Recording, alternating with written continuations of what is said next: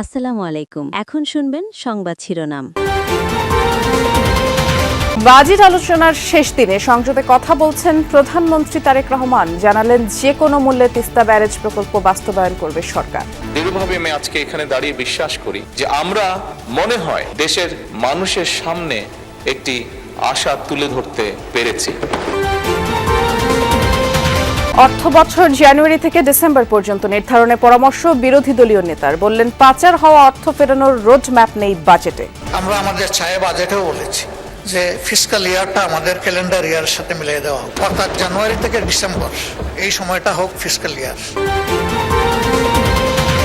স্পিকারের দায়িত্ব শেষে অবসর নিতে চান হাফিজ উদ্দিন আহমদ। বললেন বর্তমান সংসদ অতীতের তুলনায় অধিক জনকল্যাণমুখী। আমার এলাকাবাসী আমাকে যেভাবে সমর্থন জানিয়েছে এটি আমার রাজনৈতিক জীবনের শ্রেষ্ঠ পুরস্কার বলে আমি মনে করি। তবে এক সময় তো অবসর নিতেই হবে, আমার মনে হয় এখন সেই সময় এসে গেছে।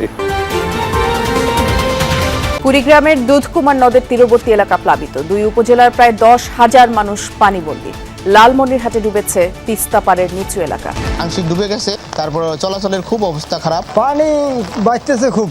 আসসালামু আলাইকুম। এতক্ষণ শুনছিলেন সংবাদ শিরোনাম, এখন শুনবেন বিস্তারিত। প্রস্তাবিত বাজেটকে জীবন বান্ধব বাজেট নামকরণের আহ্বান জানিয়েছেন সংসদ নেতা ও প্রধানমন্ত্রী তারেক রহমান।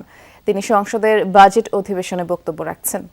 বলেন এবার অনেক পণ্যের শুল্ক প্রত্যাহারের কারণে বাজেট পেশের পর নিত্যপণ্যের দাম আর বাড়েনি। জানান যে কোনো মূল্যেই তিস্তা ব্যারেজ প্রকল্প বাস্তবায়ন করা হবে।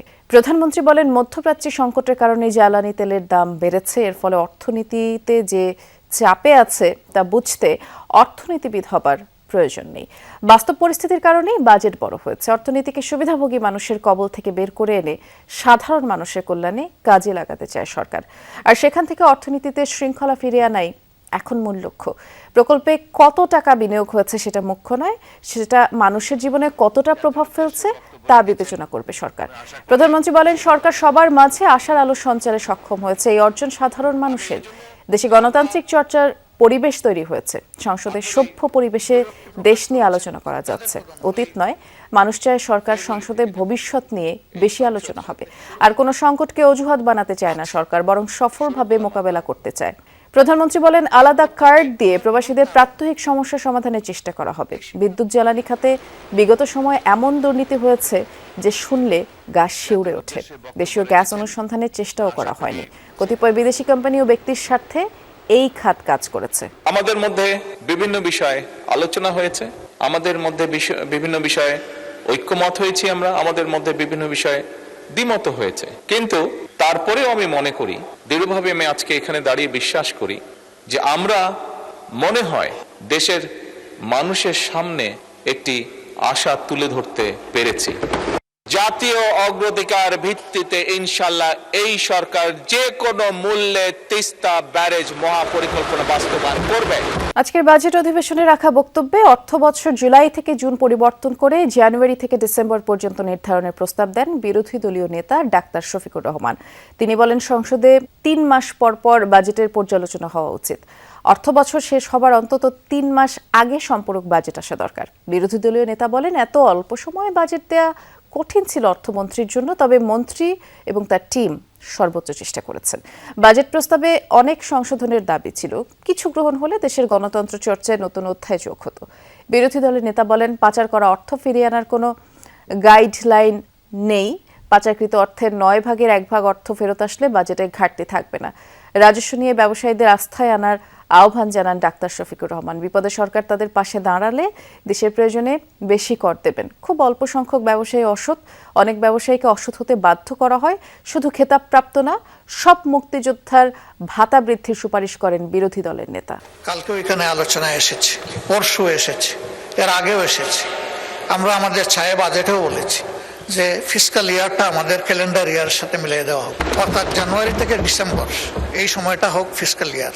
স্পিকারের দায়িত্ব শেষে অবসর নিতে চান হাফিজ উদ্দিন আহমদ বীর বিক্রম। সংসদে এখন চলছে বাজেট অধিবেশন। চ্যালেঞ্জ হলেও দায়িত্ব পালনে থাকতে চান নিরপেক্ষ। যমুনা টেলিভিশনকে দেওয়া সাক্ষাৎকারে এসব কথা জানিয়েছেন জাতীয় সংসদের স্পিকার। তার মতে বর্তমান সংসদ অতীতের তুলনায় অধিক জনকল্যাণমুখী, কার্যকর।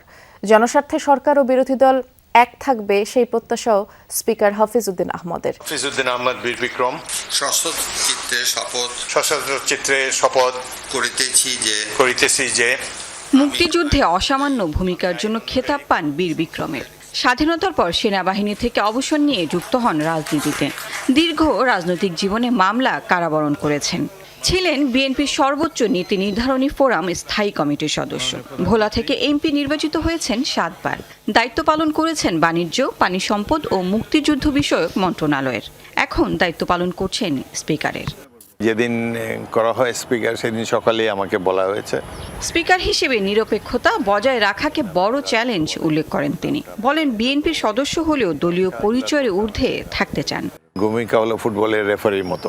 দুই দল খেলবে, তারা যাতে ফাউল না করতে পারে, বা ফাউল করলে আমি যাতে ইয়েলো কার্ড, রেড কার্ড দেখাতে পারি, সেই ধরনের প্রস্তুতি আমার আছে। চেষ্টা করি যে যাতে নিরপেক্ষ থাকতে পারি, দলের জন্য দলকানা যাতে না হই, এবং দলের বোঝা বহন না করে উভয় সরকার এবং বিরোধী দল দুজনের কাছে গ্রহণযোগ্য সমাধান দেওয়ার চেষ্টা করি। গণ অভ্যুত্থান পরবর্তী সংসদের কাছে মানুষের প্রত্যাশা বেড়েছে, মন্তব্য করেন স্পিকার। এবার কারচুপির মাধ্যমে নয়, জনভোটের রায়ে নির্বাচিত হয়েছেন এমপিরা। আগের চেয়ে কার্যকর, জবাবদিহিমূলক ও জনকল্যাণমুখী হবে ত্রয়োদশ সংসদ, প্রত্যাশা করেন হাফিজউদ্দিন আহমদ। বৃষ্টি আর উজানের ঢলে উত্তরের নদ নদীর পানি বেড়েছে। এরই মধ্যে প্লাবিত হয়েছে কুড়িগ্রাম ও লালমনিরহাটের নিম্নাঞ্চল। কুড়িগ্রামের ভুরুঙ্গামারী উপজেলার সোনাহাট রেল সেতু পয়েন্টে দুধকুমার নদের পানি বিপদসীমার 23 সেন্টিমিটার উপর দিয়ে প্রবাহিত হচ্ছে এবং প্লাবিত হচ্ছে ভুরুঙ্গামারী ও নাগেশ্বরী উপজেলার 15টি ইউনিয়নের নিম্নাঞ্চল। পানিবন্দী হয়ে পড়েছেন প্রায় 10,000 মানুষ।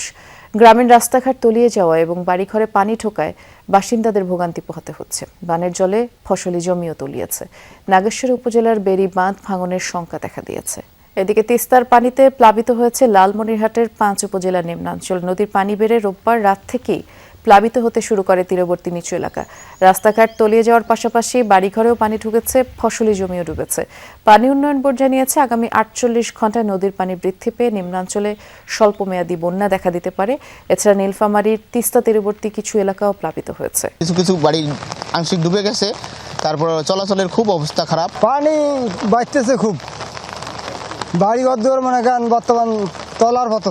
পানি প্রচুর পরিমাণ বাড়তেছে, বৃষ্টির কারণে চলাফেরা অনেক অসুবিধা। আমরা দেখে আসতে চাই লালমনিরহাটের কি অবস্থা, আমাদের সহকর্মী করছেন। নিম্নাঞ্চলগুলোর যেই অবস্থা দেখলাম, পানি বৃদ্ধি তো অব্যাহত রয়েছে এবং লালমনিরহাটে যেমনটি আমরা জানাচ্ছিলাম দর্শকদের, যে 5 উপজেলার যে নিম্নাঞ্চল ইতিমধ্যে প্লাবিত হয়েছে, এখান থেকেই দেখা যাচ্ছে যে পানি বৃদ্ধি অব্যাহত।